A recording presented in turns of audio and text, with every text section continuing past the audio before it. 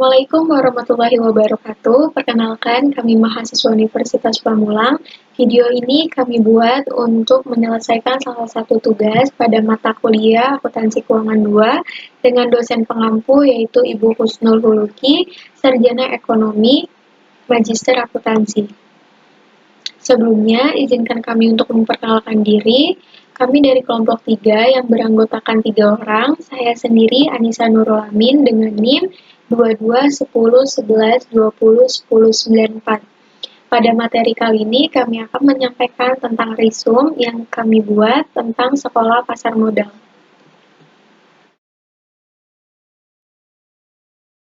Pasar modal perusahaan dan investasi individu memiliki perbedaan dalam hal tujuan dan sumber dana yang digunakan.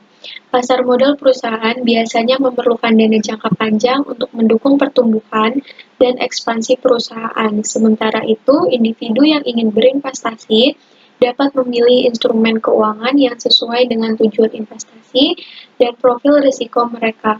Perusahaan biasanya menggunakan pasar modal untuk mendapatkan dana jangka panjang melalui penawaran saham atau obligasi kepada investor. Sedangkan tujuan individu dalam berinvestasi dapat bervariasi, mulai dari mencapai tujuan keuangan jangka panjang seperti pensiun, hingga menghasilkan pendapatan tambahan secara periodik. Ada beberapa manfaat pasar modal secara umum. Yang pertama, bagi masyarakat. Perusahaan yang mendapatkan dana dari pasar modal dapat menciptakan lapangan kerja baru untuk masyarakat. Yang kedua, bagi investor, pasar modal membantu menjaga stabilitas ekonomi dengan menyediakan saluran investasi bagi investor dan membantu mengalokasikan dana secara efisien. Yang ketiga, bagi emiten, penyebaran kepemilikan perusahaan sampai pada lapisan masyarakat menengah. Yang keempat, bagi pengusaha menyediakan sumber pembiayaan bagi dunia usaha sekaligus memungkinkan alokasi dana secara optimal.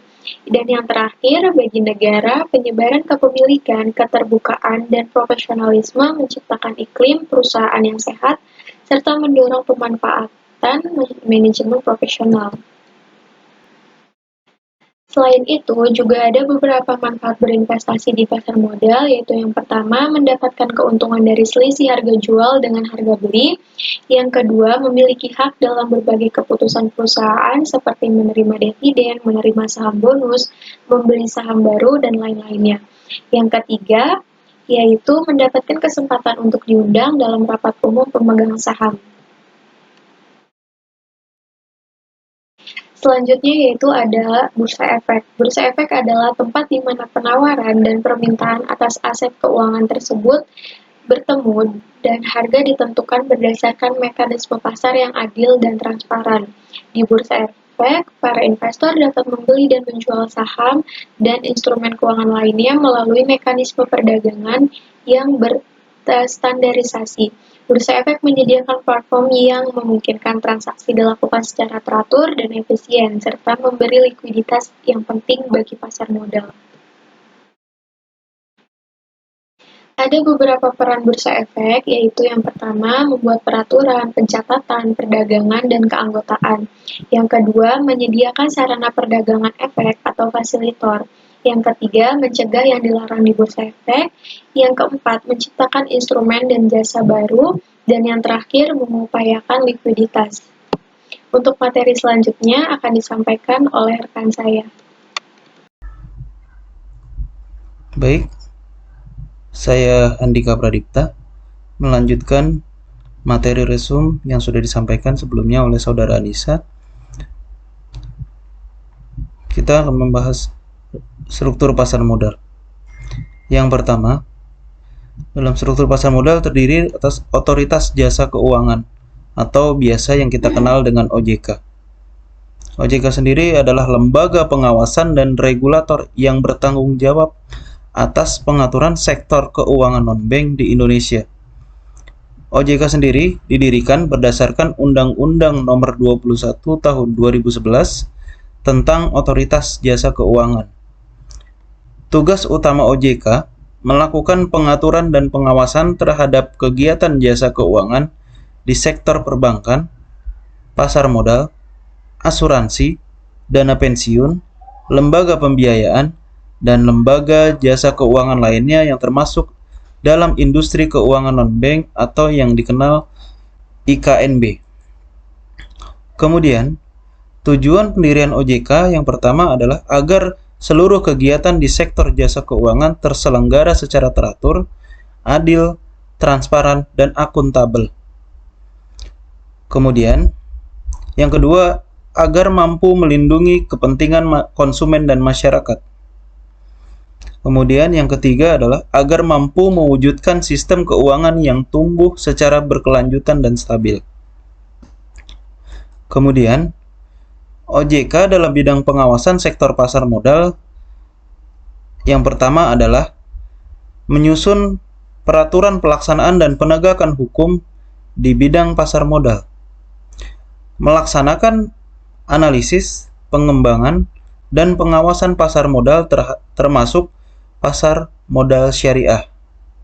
Kemudian, menyelesaikan keberatan yang diajukan oleh pihak yang dikenakan sanksi oleh OJK, BEI, KPEI, dan KCEI. Kemudian, merumuskan prinsip-prinsip pengelolaan investasi, transaksi dan lembaga efek, dan tata kelola emiten dan perusahaan publik. Kemudian, melakukan pembinaan dan pengawasan terhadap pihak yang memperoleh izin usaha, persetujuan, dan pendaftaran dari OJK. Kemudian, selain OJK, kita ada lagi BEI atau Bursa Efek Indonesia. BEI sendiri didirikan pada tanggal 13 Juli 1992. BEI didirikan dengan tujuan agar perdagangan efek di pasar modal Indonesia berjalan secara teratur, wajar, dan efisien. Fungsi dari BEI itu sendiri yaitu sebagai fasilitator yang menyediakan sarana perdagangan efek yang teratur, wajar, dan efisien. Sebagai sarana pendukung dan pengawasan kegiatan anggota bursa, diharapkan dapat transparansi dengan menyebarluaskan informasi perusahaan tercatat dan menciptakan instrumen dan jasa baru di pasar modal. BEI didirikan dengan tujuan agar perdagangan efek di pasar modal Indonesia berjalan dengan teratur, wajar, dan efisien. Kemudian, fungsi dari BEI yang pertama adalah sebagai fasilitator yang menyediakan sarana perdagangan efek yang teratur, wajar, dan efisien. Kemudian yang kedua, sebagai sarana pendukung dan pengawasan kegiatan anggota bursa. Kemudian yang ketiga, diharapkan dapat transparansi dengan menyebarluaskan informasi perusahaan tercatat. Kemudian yang keempat, menciptakan instrumen dan jasa baru di pasar modal. Kemudian ada KSEI atau yang biasa kita kenal KCI. KCI sendiri adalah lembaga kustodian yang bertanggung jawab untuk menyimpan aset-aset keuangan seperti saham dan obligasi dalam bentuk elektronik. Lembaga ini memfasilitasi penyelesaian transaksi dan penyebaran dividen kepada pemegang saham serta menyediakan layanan yang lain seperti penyelesaian transaksi dan pemrosesan corporate action.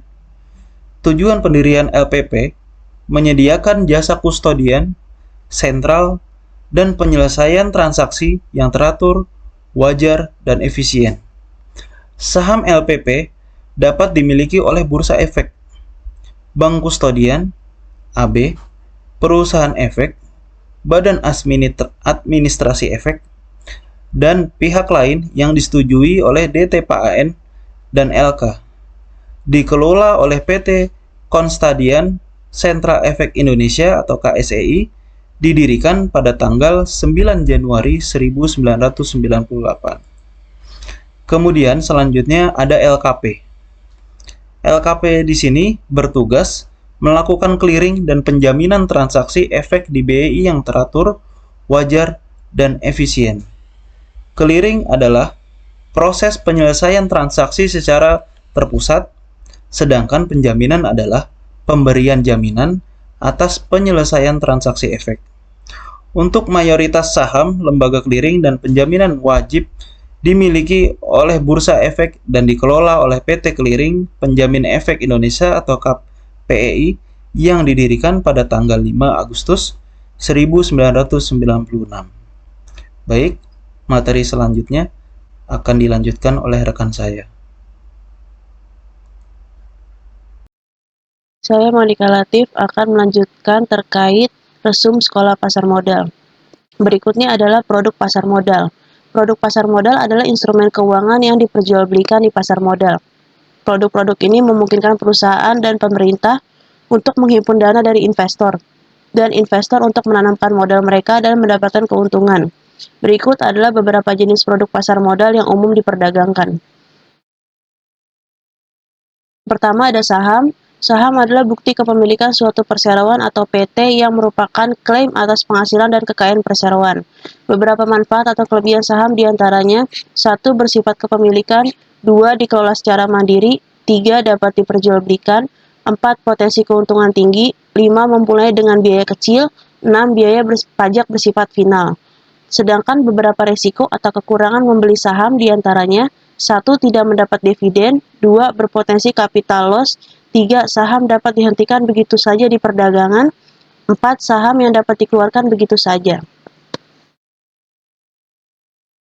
Investasi dalam saham memiliki berbagai keuntungan, terutama bagi investor yang ingin memiliki kepemilikan dalam perusahaan. Berikut adalah beberapa keuntungan dari berinvestasi dalam saham. Pertama, ada terjangkau. Saham dapat dibeli dengan harga yang terjangkau, memungkinkan investor dengan modal kecil untuk memiliki kepemilikan dalam perusahaan. 2. Pemilik perusahaan. Pemegang saham adalah pemilik perusahaan dan memiliki hak untuk berpartisipasi dalam keputusan strategis perusahaan melalui Rapat Umum Pemegang Saham atau RUPS. 3. Pertumbuhan laba bersih. Saham memberikan kesempatan untuk mendapatkan keuntungan dari pertumbuhan laba bersih perusahaan. Jika laba bersih perusahaan meningkat, hal ini dapat tercermin dalam kenaikan harga saham. Yang keempat, RUPS dan memiliki hak suara. Investor yang memiliki saham memiliki hak untuk menghadiri RUPS dan memberikan suara dalam keputusan perusahaan. Hal ini memungkinkan investor untuk terlibat dalam pengambilan keputusan perusahaan. Yang kelima, capital gain. Investor dapat memperoleh capital gain dari selisih antara harga beli dan harga jual saham. Jika harga saham meningkat, investor dapat memperoleh keuntungan dari kenaikan harga saham. Yang keenam, dividen. Perusahaan dapat membagikan dividen kepada pemegang saham sebagai bagian dari keuntungan yang dibagikan kepada pemegang saham. Dividen memberikan pendapatan tambahan kepada pemegang saham. Terakhir, yang ketujuh, transaksi fleksibel. Saham dapat diperdagangkan di bursa efek, memberikan fleksibilitas bagi investor untuk membeli dan menjual saham kapan saja sesuai dengan keputusan investasi mereka. Likuiditas saham memungkinkan transaksi yang fleksibel. Produk yang kedua ada obligasi. Adalah surat berharga yang merupakan bukti hutang dari perusahaan atau pemerintah kepada investor. Pemegang obligasi berhak atas bunga dan pengembalian pokok pinjaman pada waktu jatuh tempo.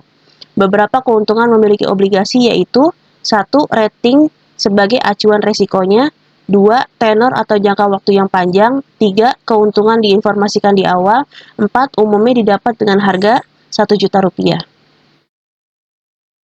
Obligasi berdasarkan penerbitnya, yaitu obligasi korporasi atau corporate bond, diterbitkan oleh perusahaan swasta nasional termasuk BUMN dan BUMD, menyatakan utang dari pihak penerbit kepada pihak investor, di mana penerbitnya tidak membutuhkan underlying aset. Yang kedua ada obligasi negara, surat berharga negara yang diterbitkan oleh negara untuk dijual kepada individu atau perseroan warga negara Indonesia. Contohnya adalah efek syariah berupa sertifikat atau bukti kepemilikan investor atas underlying aset. Selanjutnya adalah ETF atau Exchange Trade Fund. Adalah reksadana yang diperdagangkan seperti halnya saham di bursa. Reksadana sendiri memiliki definisi yaitu sarana untuk menghimpun dana dari masyarakat yang memiliki modal atau sebagai unit penyertaan untuk diinvestasikan dalam berbagai saham atau instrumen investasi lainnya oleh manajer investasi. ETF menjadi alternatif efek yang mudah dan terjangkau. Selain itu, berikut adalah beberapa keuntungan reksadana dan ETF. 1. Gabungan saham, obligasi, dan pasar uang. 2. Dikelola oleh manajer investasi. 3. Mudah didapatkan di marketplace. 4. Dapat dijual kapan saja. 5. Potensi keuntungan tinggi. Dan 6. Modal awal Rp10.000. Selanjutnya ada jenis-jenis reksadana. Yang pertama adalah reksadana saham, bertujuan untuk mendapatkan keuntungan dari pertumbuhan harga saham. Yang kedua, reksadana pendapatan tetap, bertujuan untuk memperoleh pendapatan stabil. Ketiga, reksadana pasar uang, bertujuan untuk menjaga likuiditas dan nilai modal stabil. Yang terakhir ada reksadana campuran, bertujuan untuk mendapatkan kombinasi dari pertumbuhan harga saham, pendapatan stabil obligasi, dan likuiditas instrumen pasar uang. Investasi dalam reksadana memberikan keuntungan bagi investor dalam hal kinerja portofolio yang dikelola dan dipantau oleh manajer investasi profesional. Beberapa manfaat investasi dalam reksadana yaitu 1. Kinerja portofolio dikelola oleh manajer investasi. 2. Mudah didapatkan. 3. Diversifikasi investasi dana yang terjangkau. Sedangkan beberapa risiko yang perlu dipertimbangkan oleh investor dalam berinvestasi dalam reksadana yaitu 1. Resiko berkurangnya NAB atau Net Asset Value. 2. Resiko likuiditas. 3. Resiko one prestasi. Sekian presentasi kami kelompok 3 terkait resumel sekolah pasar modal. Kurang lebihnya mohon maaf. Wassalamualaikum warahmatullahi wabarakatuh.